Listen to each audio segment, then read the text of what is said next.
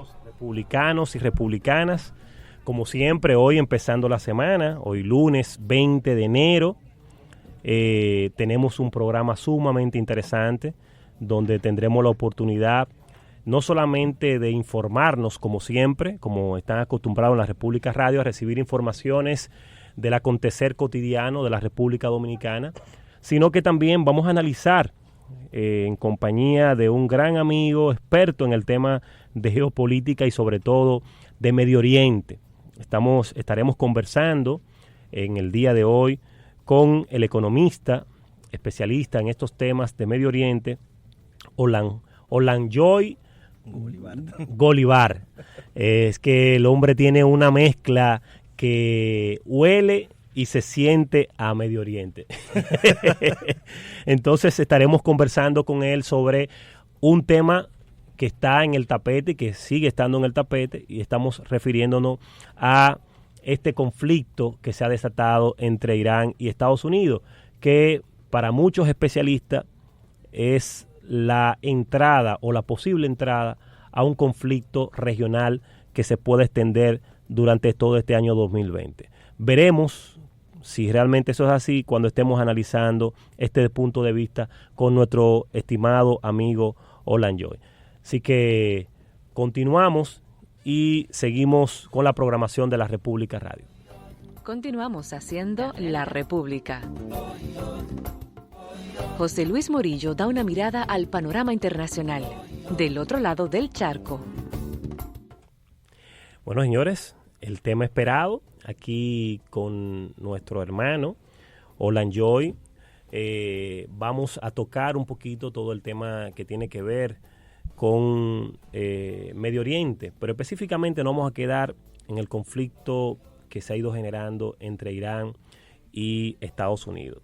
En otras ocasiones hemos tenido la oportunidad de conversar un poquito, Olanjoy, sobre este tema de manera muy puntual.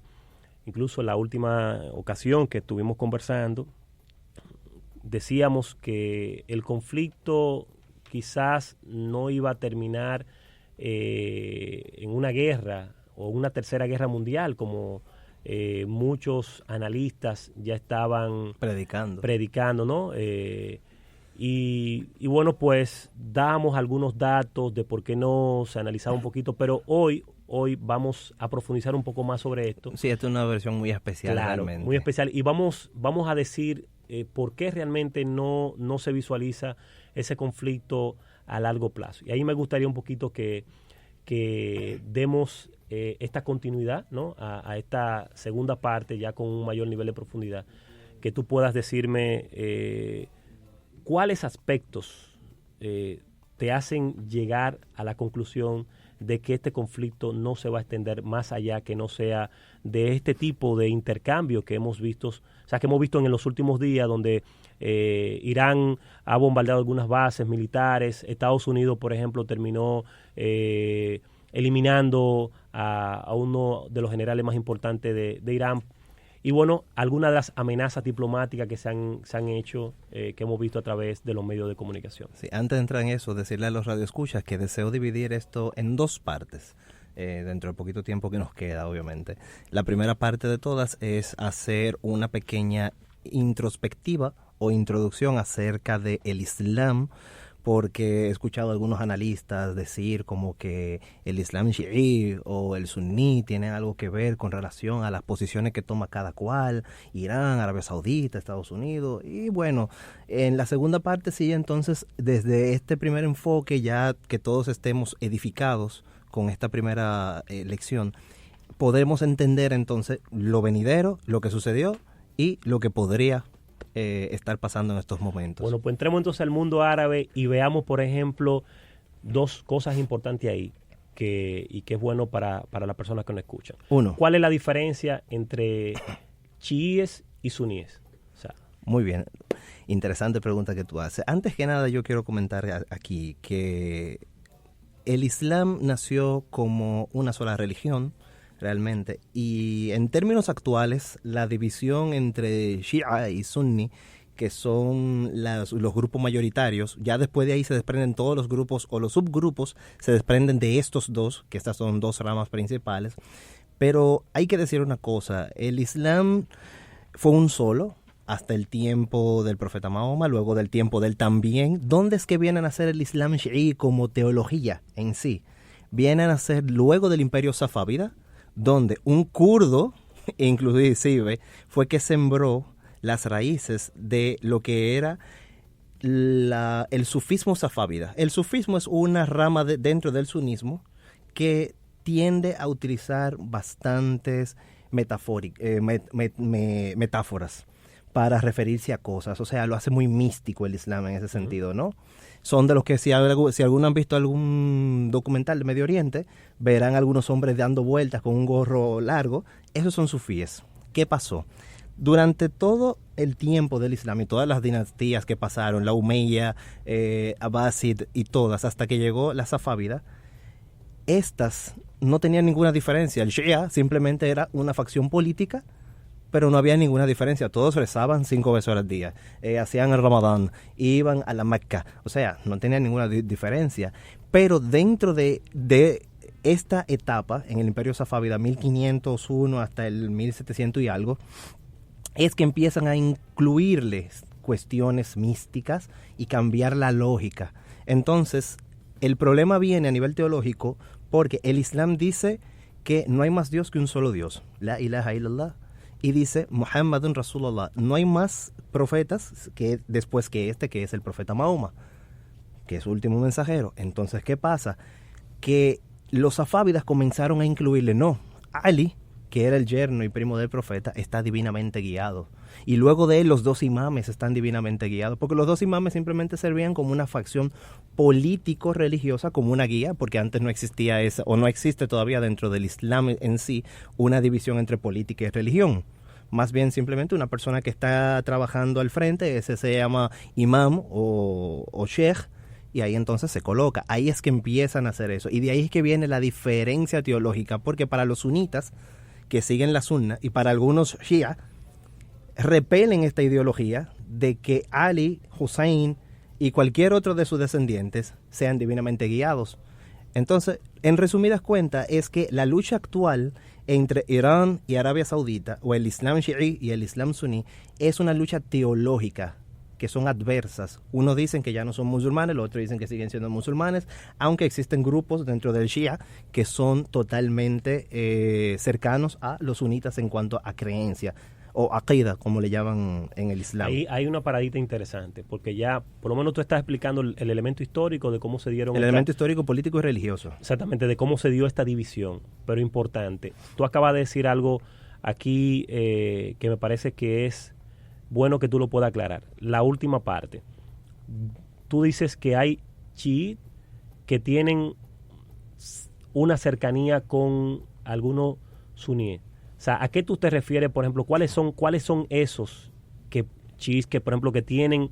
esa misma cercanía teológica. Esa misma cercanía teológica con los suníes. Te lo digo esto porque, por lo que tú explicas, teológicamente hay una gran división entre ambas facciones. Sí. Pero ahora tú estás diciendo que existe una facción dentro de los chiíes que tiene cierta similitud teológica con los suníes. Explica esta parte, ¿cuál es esa? ¿A qué se refiere? Bueno, lo que sucede es que cuando se fue dando las diversas situaciones dentro de lo que era la facción política hasta su momento del chiismo, algunos se fueron dividiendo. Cuando llegó el imperio safávida, que conquistó el Abbasid, hizo todo su imperio de 1500 y tanto, ellos primero se concentraron en toda parte de Persia. Cuando uno mira el mapa está toda parte de Persia y buena parte del Jurasán, que comprende Tayikistán y esas zonas. Persia es Irán hoy. Ese es Irán de hoy, ubicar, Tayikistán y esos países. Para poder ubicar a la correctamente. Gente. ¿Qué sucede con esto? Que estos grupos que pertenecían a la facción Shi'i de una vez se desligaron de esta innovación. Dijeron, no, espera, eso no somos nosotros. Nosotros no tenemos nada que ver. Por ejemplo, ¿quiénes son esos? Los ismailíes que están en Bahrein, por ejemplo. Esos son Shia, pero son Shia acercados a los sunni en cuanto a creencia. Creen que el último profeta y mensajero fue Mahoma. Hacen el Ramadán. rezan 5 veces al día. O sea, tienen diferencias pequeñas dentro de sus rezos, cosas así, pero a nivel teológico comparten mucho. Hay muchas diferencias. Los mismos Houthi. La gente cree que los Houthi son, que son muy allegados. No, absolutamente. Lo que queremos decir con esta parte es que a pesar de que haya cierta cercanía teológica o religiosa, por decirlo de una manera, por su facción con Irán, no necesariamente quiere decir que ellos sean pro-iranitas, primero. Y segundo, eso tampoco influye en que a nivel actual, que ahí es que voy entonces con la segunda parte que les comentaba, eso tampoco influye en las decisiones que toman ambos países. Ni siquiera Arabia Saudita, Irán, no tiene nada que ver con la parte, digámoslo así, religiosa. Un ejemplo de eso es que quiero comentar es la estampida que se dio durante los 3 días los 3 días de sepelio del general Soleimani. No sé si lo recuerdas, que hubo una estampida que asesinó, murieron más de 40 muertos, etcétera.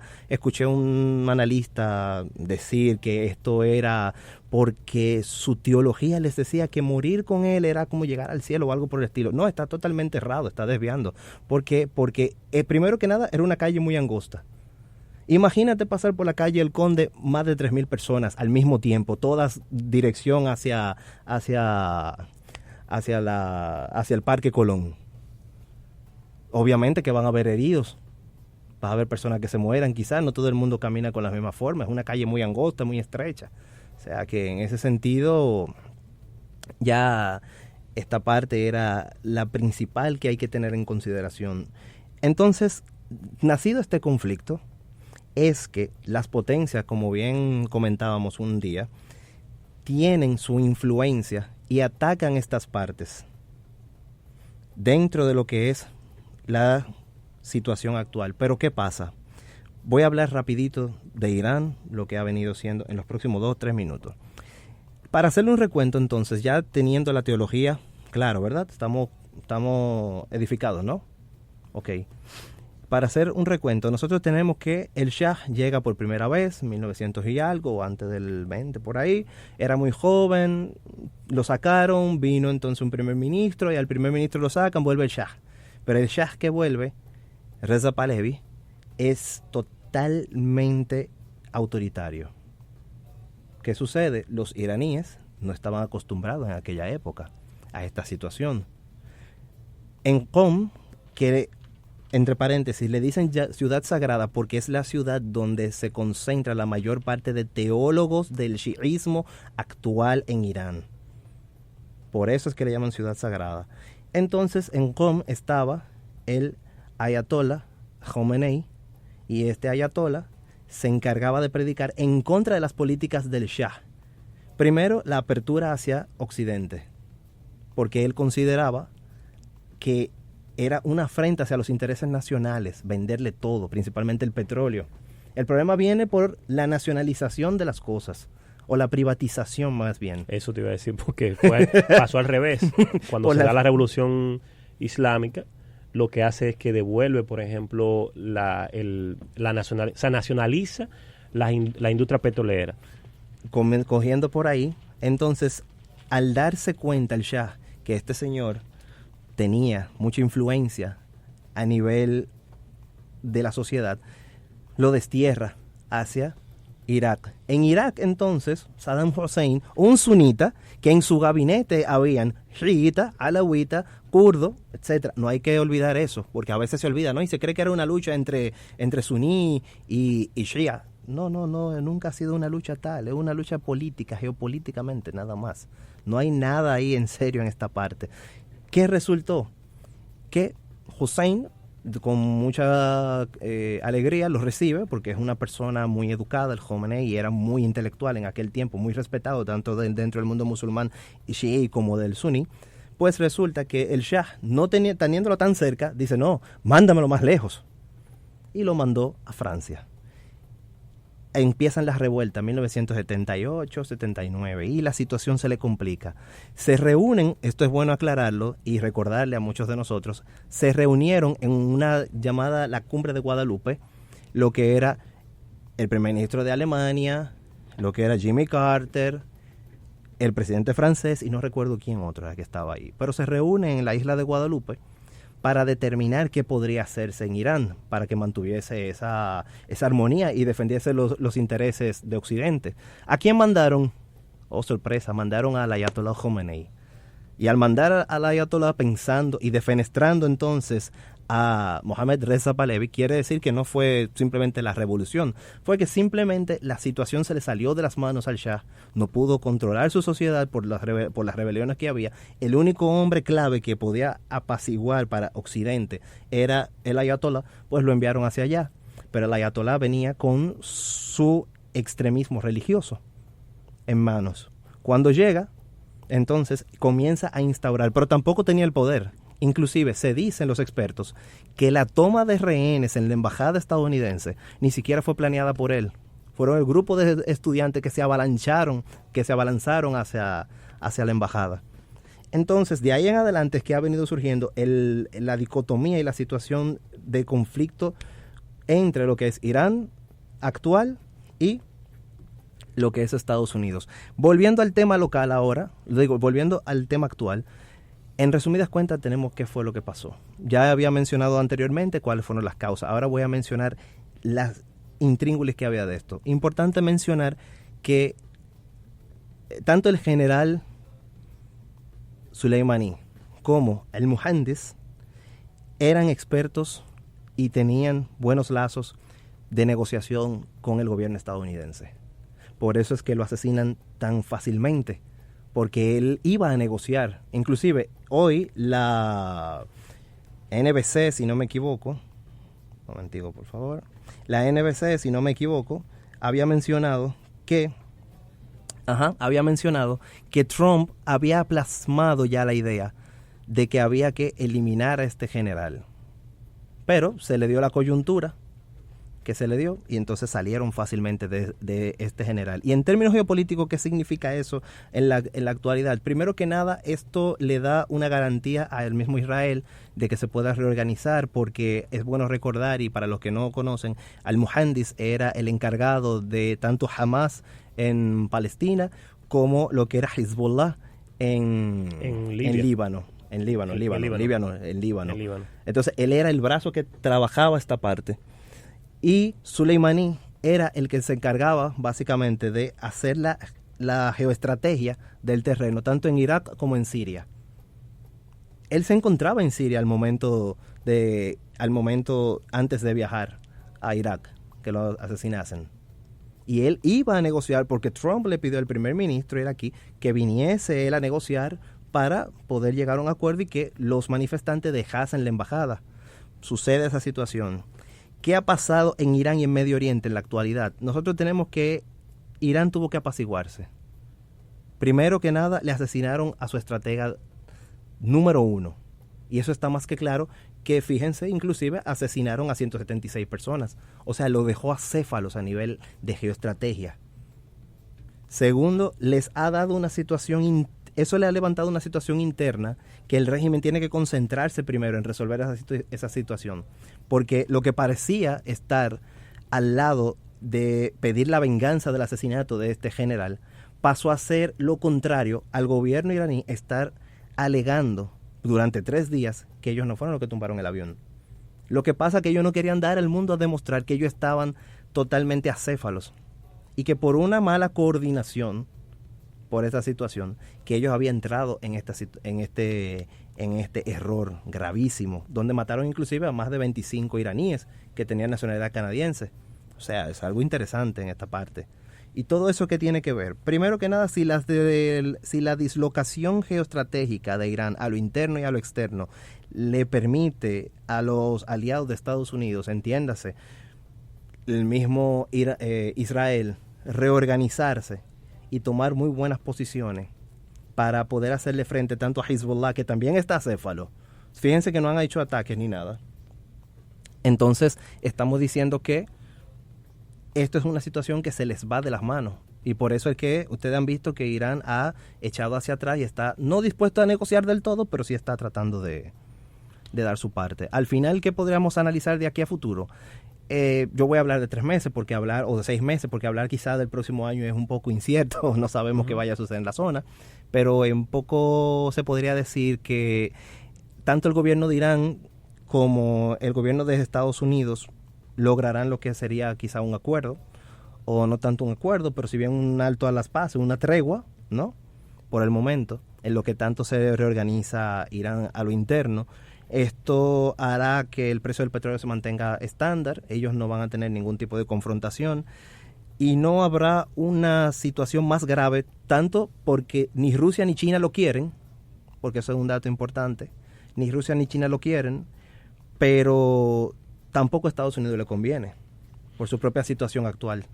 Ahí, bueno, ya un poco el tiempo lo tenemos en contra, creo que vamos a tener que sacar otro espacio para seguir analizando el tema, porque nos faltó entrar un poquito más a profundidad con esto que tú acabas de decir en esta última parte. ¿Cuál es el papel que juega China y Estados Unidos en esta geopolítica de Medio Oriente? Y ahí un poco tú cerrabas diciendo que indudablemente el conflicto no se ha extendido un poco más porque hay 2 actores importantes de alto nivel como China y Rusia que no le conviene este proceso. Y eso lo podemos analizar en otro momento, tiene que ver con aspectos económicos, tiene que ver con el nivel, por ejemplo, de las relaciones que tienen a nivel de Occidente y sobre todo Estados Unidos, aunque pareciera ilógico, hay un aspecto que juega en estas elecciones. A Trump no le salió la jugada desde el punto de vista de cómo lo que él pensaba, que podía unificar a lo interno del país un posible conflicto con Irán, y eso se vio inmediatamente cómo reaccionó la gente. 80 ciudades. Claro, y entonces esto indudablemente que hace que se puedan frizar las cosas para que en otro momento se piense en negociaciones o quizás postergar el conflicto. Así que, señores, agradecer a Olanjoy por este gran acompañamiento en el día de hoy. Gracias a ustedes, será. Agradecer a cada uno de los republicanos y republicanas que, como siempre, están sintonizando con nosotros y poniendo la atención a cada una de las informaciones que llevamos aquí desde la República Radio. Así que les invitamos a seguir con la programación de La Nota Diferente y de igual forma que nos puedan seguir sintonizando durante la semana. Un abrazo grandote. Feliz día.